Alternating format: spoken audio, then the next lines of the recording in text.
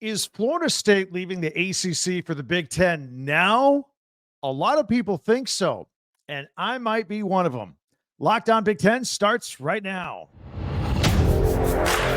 You are Locked On Big Ten, your daily podcast on the Big Ten Conference. Part of the Locked On Podcast Network. Your team every day.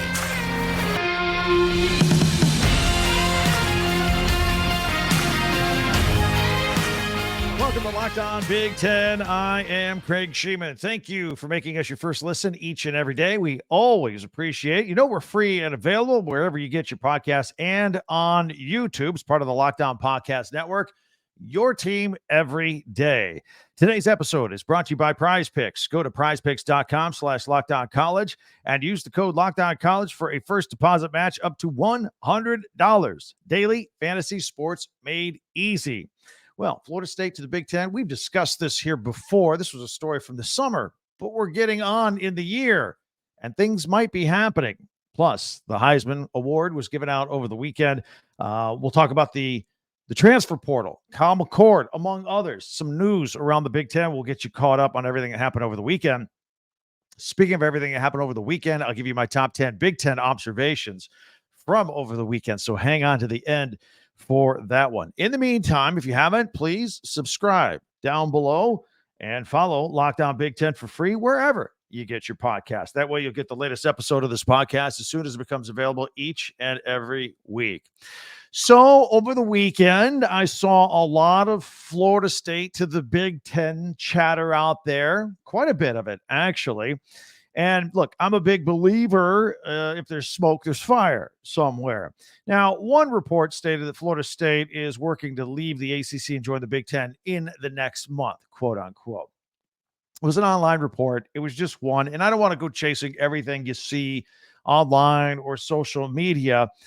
But the Florida State Board of Trustees has a meeting scheduled for January, and they will presumably decide the future of the school. The reason I think there's some smoke here with this fire is, you know, we spent a lot of time discussing the possibility of schools like Florida State and Clemson leaving the ACC, but they have this huge TV deal for 13 years. We talked about this a lot back in August, and a couple of things came out of that. First of all, it was no secret that Florida State and some other schools want to get the heck out of the ACC and get out of that horrible long-term TV deal for the next 13 years. Now, each member school, if they stay in the ACC, they will fall behind or lose hundreds of millions of dollars when you compare to what they could be getting in bigger conferences like the SEC and the Big Ten, or the SEC and the Big Ten. There's nothing new about that, all right? So that's all out there. But remember, the Florida State Board of Trustees, they were very, very vocal about their intentions to get out of the ACC as soon as possible. And remember, the school president at the time, when we talked about this in the summer, he wanted an exit strategy from that contract and staying in the ACC on his desk by the end of the year. Guess what? It is the end of the year. That's why I believe there's a little bit of smoke here with this fire. And this is why I want to talk about this today as well. Furthermore, Florida State, freshly wounded by the fact that the college football world turned its back on Florida State, and an undefeated conference champion in the ACC, Florida State, was left out of the college football playoff.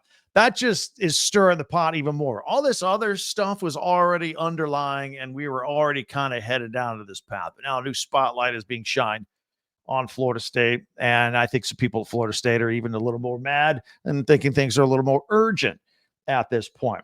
Look, the thinking was if the ACC was stronger, then Florida State would be in the playoff. They really, they would. So they could just say, look, we're good. Program's rolling now. We wait another year. Yeah, it's bad this year. Next year, everything takes care of itself because we have a 12-team playoff. We expand from 4 teams to 12 teams next year. If this were next year, Florida State would have gotten into the playoffs. So no problem, right? So let's go back to reason number 1, money. Go back to the money trail here. Florida State has been feverishly combing through contracts with lawyers and trying to figure out how to get out of this 13-year TV deal. They can make an additional $40 million a year by leaving and going to a Big Ten or an SEC. And obviously they have to pay a stiff penalty to get out, but they would make enough money to cover that, really, to move forward. So the fact that the Seminoles failed to lock up a playoff spot, that just highlighted or accelerated the current financial situation that's already been bubbling right below the surface anyway.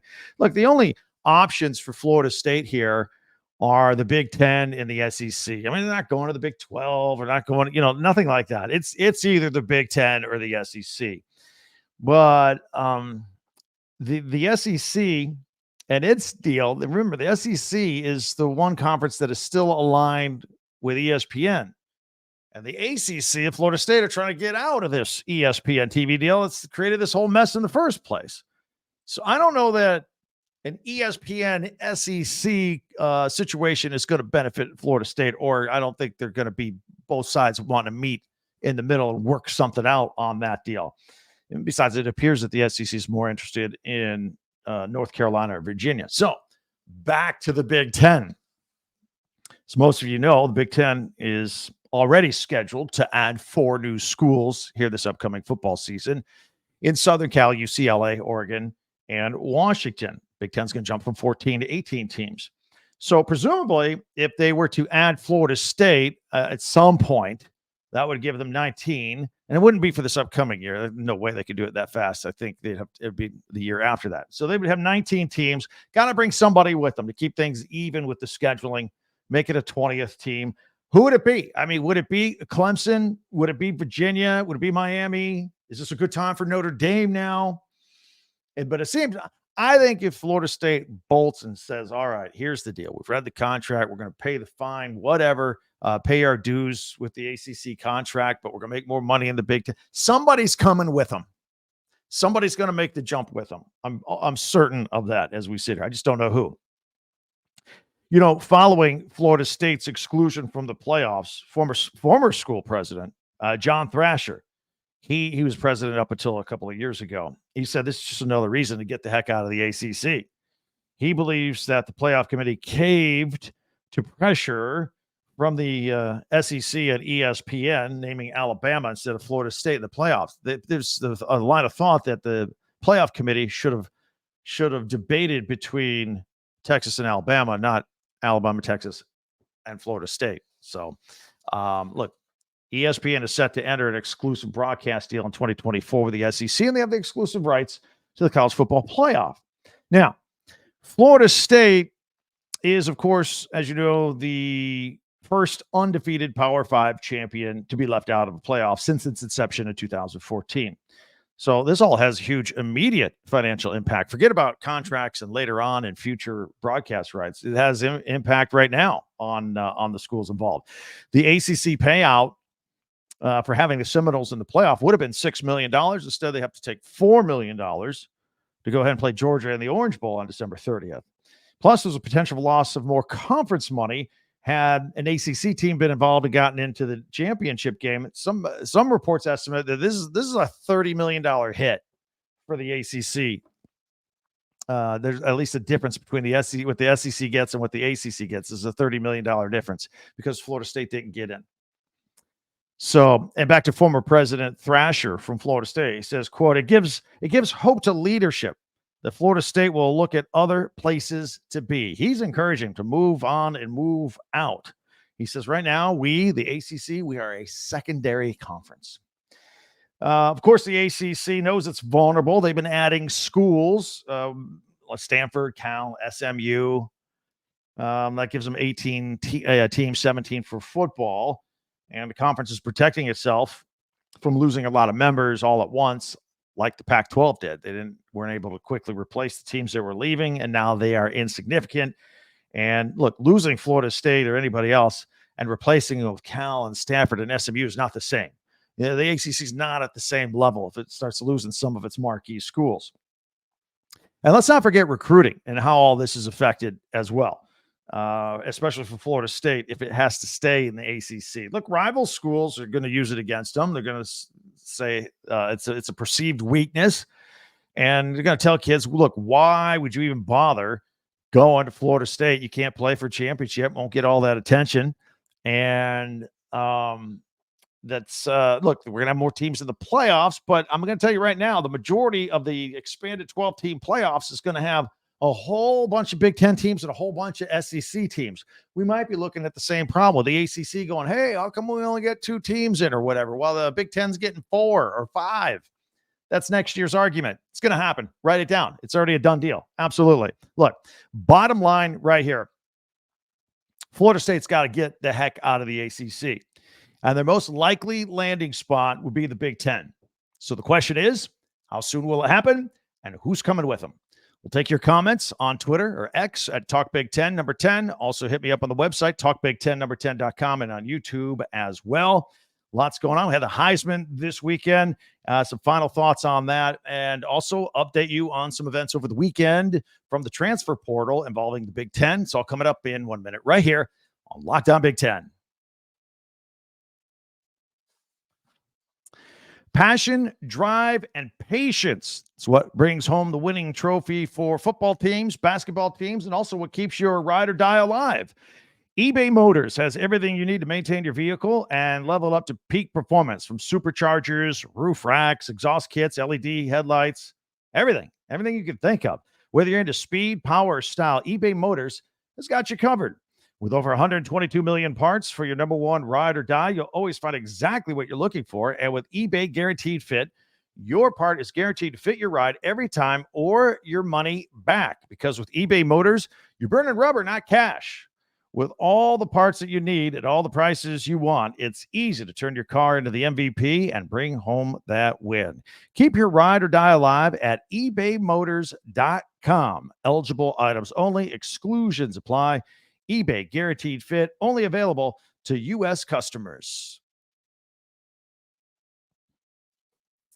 So I want to thank all of you, first of all, before we go any further, for making Locked On Big Ten your first listen every day. Probably this week, we're going to get over 5,000 subscriptions. Help us out if you haven't already. Click it on. Especially you everydayers out there. Thank you very much. Meanwhile, be sure to subscribe on YouTube or share and follow or like Locked On Big Ten wherever you catch us, your team, every single day. Hey, we want to congratulate Jaden Daniels from LSU, who won the Heisman Trophy on Saturday night, had 503 first-place votes, 2,029 points, and Washington's Michael Penix, who started at IU in the Big Ten, finished off at Washington, came in second with 1,701 points. Oregon's Bo Nix, he comes in at third. And of course, outstanding Ohio State Buckeyes wide receiver Marvin Harrison Jr. came in fourth. I know the last time he was asked, he says he was still contemplating the possibility of coming back to Ohio State, but many think he'll be a top 2 or top 3 pick in the NFL draft come April, and he will have a fantastic career if he stays healthy, just like his dad did with the Indianapolis Colts. All right, let's get into a little bit of transfer portal news here. So I want to remind everybody, in case you're new here, but if you're not, if you're an everydayer, you know we've talked about this. In fact, Locked On Big Ten was the first to suggest that maybe Kyle McCord and Nebraska might be some sort of weird marriage or fit, right? 2 days later, they spoke, they talked. There seems to be some inertia in this maybe happening here. It looks like it's going to be a done deal. We also found it interesting how former Buckeyes coach Urban Meyer said that it made no sense to allow Kyle McCord to leave Ohio State. He said, as a matter of fact, it does not compute. Look, Ryan Day has his reasons. He feels he needs an upgrade. He is under a tremendous amount of pressure after having lost to Michigan 3 years in a row and not get the Big Ten championship 3 years in a row or shot at the playoffs this year. So he feels he needs to make a change. At quarterback, Kyle McCord is out, looking like he's heading on over to Nebraska. Now, there's some other interesting news there as well. And if you've been following the story, of course, you Nebraska fans know this. Nebraska struggled at quarterback this year. They had 3 different quarterbacks. Jeff Sims, who transferred from Georgia Tech, who, by the way, is back in the transfer portal because, like, he sees the writing on the wall. It's just not happening for him. Heinrich Harburg and Chubba Purdy, they both played a lot in the second half of the season. Huskers won 5 games, but their big problem was they were a turnover machine. If they could take it, and they lost a lot of close games, they should be a bowl team. They needed to handle the turnovers and button that down. By the way, Nebraska opens up the 2024 season at home against Coach Prime and Colorado. A lot of excitement for that one, of course. And if Kyle McCord is at the helm at that point, they also have Ohio State on the schedule at Ohio State, October 26th. So he would get to play against his former team, which is something I heard he wasn't really looking to do at first when he entered the transfer portal. Seemed like he was interested in getting out of the Big Ten or playing or going to play for somebody that wouldn't play against Ohio State. But if he goes to Nebraska, they're on the schedule. They're on the schedule. That would be a big deal. We'll make a big deal about it right here on Lockdown Big Ten.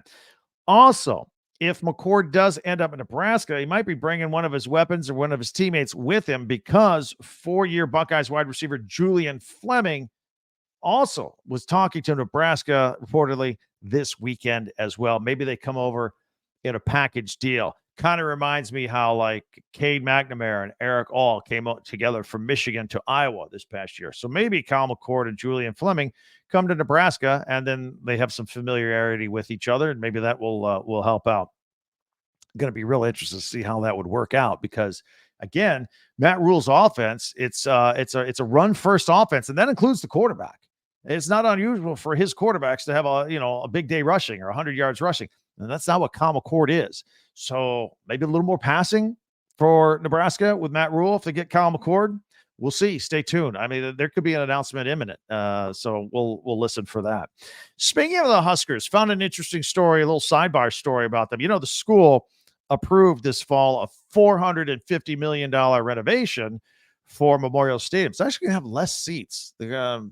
I don't know, whatever they're doing, it's going to have fewer seats, by the way. I was a little surprised by that. But they're going to make it nicer and update it. I mean, it's been around for like 100 years with various upgrades. So, but it's receiving a lot of criticism from, the four campus university is facing like a $58 million budget shortfall. So they're threatening to cut staff and academics. It's the old academics versus athletics argument at an academic institution. So a lot of people unhappy about it, but that's what's going on out there. I'm sure it'll look really cool when it's all done.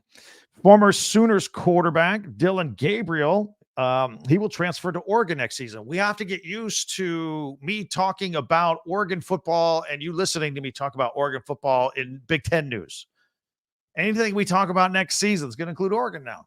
So thought I'd throw that in there. Gabriel will have 1 year of eligibility. The Ducks will need a quarterback to replace Heisman finalist Bo Nix, who is out of eligibility and will be on his way to the NFL. Minnesota Golden Gophers. Athan Kalak-Manis did not have a great year, and it was a weakness at times at quarterback. But apparently there was a heated conversation between Kalak-Manis and PJ Fleck, and it was out in the open to the public after the Purdue game. And apparently that was a game they gave up 49 points. So that wasn't all Kalak-Manis' fault at quarterback. But they had a heated conversation, and Kalak-Manis thought he was taking too much of the blame for what had happened in the Purdue game. Now, according to reports, Kalak-Manis, he had been all in, man. He was into the row the boat and PJ Fleck and all that stuff, that quirky, fun stuff they do. He was into it. But this conversation was so intense or severe, he said, I'm out of here. Now, I don't know. Look, let's be honest. PJ Fleck was probably going to have to upgrade at quarterback anyway next year. So whatever's true or not true with that story, I think Minnesota was going to have a different quarterback starting under center at the beginning of the year next year. They were disappointing 5-7 this year, although they still got into a bowl game. But yeah, they need to upgrade at quarterback. Speaking of quarterbacks, former Miami Hurricanes quarterback Tyler Van Dyke, he is scheduled to visit with Luke Fickell and Wisconsin this past weekend. And the 3-year starter for the Canes was once the ACC Offensive Rookie of the Year in 2021. Guy's got some talent. Look, Tanner Mordecai, no matter what he had done in the past, never seemed like a good fit to me for what Luke Fickell wanted to do with his air raid offense, and they never really got it going. They conceded. They were a running team. And Tanner Mordecai was more of a running quarterback than a passing quarterback. So, look, they were going to have to make some changes, and Luke Fickell is going the route, taking a look, trying to get the Miami quarterback and Tyler Van Dyke. Now, I live down here in South Florida, and so I see a lot of Tyler Van Dyke. There are a lot of people that he's a roller coaster, man. Some people are really high on him, and then people are like, oh, what are we doing? So it's going to be a roller coaster for Camp Randall if he goes there. I can guarantee you that. One note over the weekend with basketball. Speaking of Wisconsin, right? Look, the Badgers have been playing really, really well in men's basketball. They'd won 6 in a row. They were blowing people out by like 15 points a game. They beat number 3 Marquette. They had beat Michigan State when they were ranked, and they go into number 1 Arizona over the weekend, and they got blown out 98-73. Arizona had an early 25-8 run, take a 17-point first half lead, and that just was never looked back. So John Blackwell did a good job for the Badgers. He had 17 points. AJ Storr couldn't get it going. He had 10. But the Badgers get a bit of a break coming up. They got Jacksonville State on Thursday. And Arizona's going to take another crack at the Big Ten. They got number 4 Purdue. Purdue and Arizona coming up Saturday. That is in Indianapolis. So I'll look forward to that one, as I'm sure you will as well. I don't know if you've heard this yet. If you're an everydayer here on Locked On Big Ten, your team every day, we talk about this, but Locked On has launched the first ever national sports 24/7 streaming channel on YouTube. Locked On Sports Today is what it's called. And it's here for you 24/7, covering the top stories, sports stories of the day with local experts from Locked On, plus our national shows covering every single league. This show is on there from time to time. So go to Locked On Sports Today on YouTube and subscribe there after you're done subscribing with us. And it's all part of the first ever national sports 24/7 streaming channel. We're very excited about it. All right. So, each weekend I always make my observations, put together a top 10 list. We will do all of that coming up in 1 minute. Big Ten top 10 from the weekend right here on Locked On Big Ten. Prize Picks is the largest daily fantasy sports platform in North America. It's a numbers game. It's you and the numbers. Here's how it works. You can grab some players by name, and it can be multiple sports, different teams, and you put stats with them, and you can say more than those stats or less than those stats. You can pair like 2 players, 3 players, 6 players. I'll give you an example. You can let's look at Monday Night Football here. If you're watching here on Monday tonight, we got 2 Monday Night Football games tonight. You could say Tyreek Hill will have more than 2 touchdowns, and Jordan Love will have more than 2 touchdown passes in his game at the Titans and the Dolphins, and we've got the Packers and the Giants. So Tyreek Hill, more than 2 scores, and Jordan Love, more than 2 touchdown passes. If both of those hit, you're a winner. It's that simple. So check it out. Here's how you do it.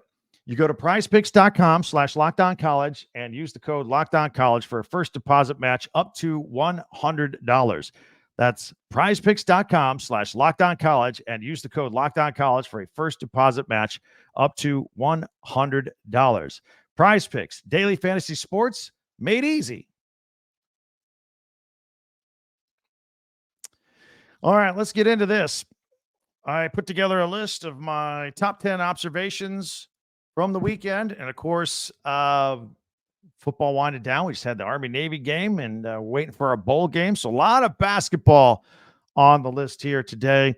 So let's check it out. Maybe you can agree or disagree. Maybe you saw a lot of things over the weekend as well. So let's get to them. I'm going to put them on the screen here. If you're not watching on video, if you're listening only, I will describe what is going on, and you can take a listen through that. All right, so we got it up on the screen here. First thing, number 10 observation, Minnesota defense. What is this? Well, I'm talking about the men's basketball team. They took on Florida Gulf Coast out of Southwest Florida. Florida Gulf Coast has taken on 2 Big Ten teams so far. They played in Bloomington against Indiana, and then they went up to Minnesota and took on the Golden Gophers this weekend, and the Gophers held the Eagles of Florida Gulf Coast without a field goal for 9 straight minutes in that game. So I thought I'd give a shout out to the Minnesota Golden Gopher basketball defense here. All right, now let's go to number 9 on the list. Let's talk about Wisconsin's Josh Blackwell. Look, that was a disappointing loss for them against Arizona on Saturday. Blackwell showed up, though. He had 17 points, 6 of 12 from the field, 4 or 5 from three land, had 7 rebounds and 2 assists. It would have been much worse had he not shown up. John Blackwell, we'll give him a shout out, even though it was a losing cause. Okay. Let's go to number 8 on our list. Let's talk some Rutgers basketball. And Clifford Omarui had 11 points, 13 rebounds, and 7 blocks and win over Seton Hall. Also, he reached 1,000 points for his career. So we'll give a shout out to Clifford for all that. Put him in the number 8 spot of the things I observed over the weekend. At number 7, let's talk about the Penn State defense. Taking on Ohio State, big Ten matchup over the weekend between Penn State and Ohio State. And the Penn State defense held Ohio State to 1 basket for a 7.5-minute stretch. Really, really locking them down as well. And let's talk a little bit more about that game as well. Let's see here. Penn State, Ace Baldwin Jr., 3-pointer, the dagger with 32 seconds to go. Very cool. And that goes overall with the Penn State win. You know, they were down 18 points in the second half of that game and beat Ohio State 83-80. So a lot going on there.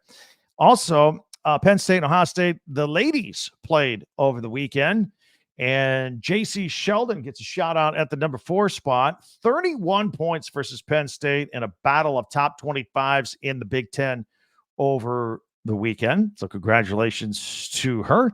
We'll stick with the lady hoops at number 3, Iowa's Caitlin Clark. She's going to make a lot of these lists here between now and March, okay? 28 points to beat Wisconsin. Iowa, the Lady Hawkeyes have won 7 in a row. And we'll go to the Purdue-Alabama game over the weekend for our top 2 spots.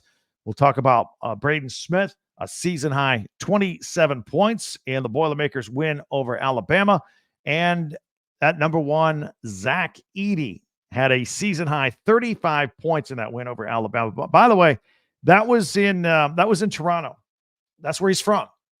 And so they had scheduled that. It was a nice thing. And a good thing he didn't go to the NBA this year because they had scheduled this game up in Toronto. And Purdue gets the win against Alabama. So congratulations to him for all of that. That is our Big Ten Top 10 observations from over the weekend. Hope you enjoy those. If you want to agree or disagree, feel free. Or maybe we missed something and you want to give a shout out. Hit me up in the comments on Twitter at TalkBig10 Also the website, talkbig10 10.com, and on YouTube as well. Those are great ways to get a hold of me. If you haven't yet, be sure to subscribe down below and follow this podcast right now on your favorite podcast app. You get the latest episode of Locked On Big Ten as soon as it becomes available each and every day. Usually the audio-only versions are up as early as 4 in the morning. The video ones come out on YouTube at about 6 o'clock every morning. So just give you a heads up of that. We appreciate having you everydayers. Thank you very much for checking out Locked On Big Ten, your team every day. And also don't forget, additionally, on YouTube, the Locked On Sports Today podcast. It's our new 24/7 sports streaming service and channel, and our show will be on there as well. So among all the others on Locked On, it is really, really cool. So go ahead and check that out as well. All right, got a big week, lots of stuff to talk about. Tomorrow, let's take a little deep dive in this contract offer that is on the table for Jim Harbaugh at Michigan, and maybe there's a poison pill in there. We'll discuss all that. All right, thanks for checking us out. I'm Craig Sheeman for Locked On Big Ten.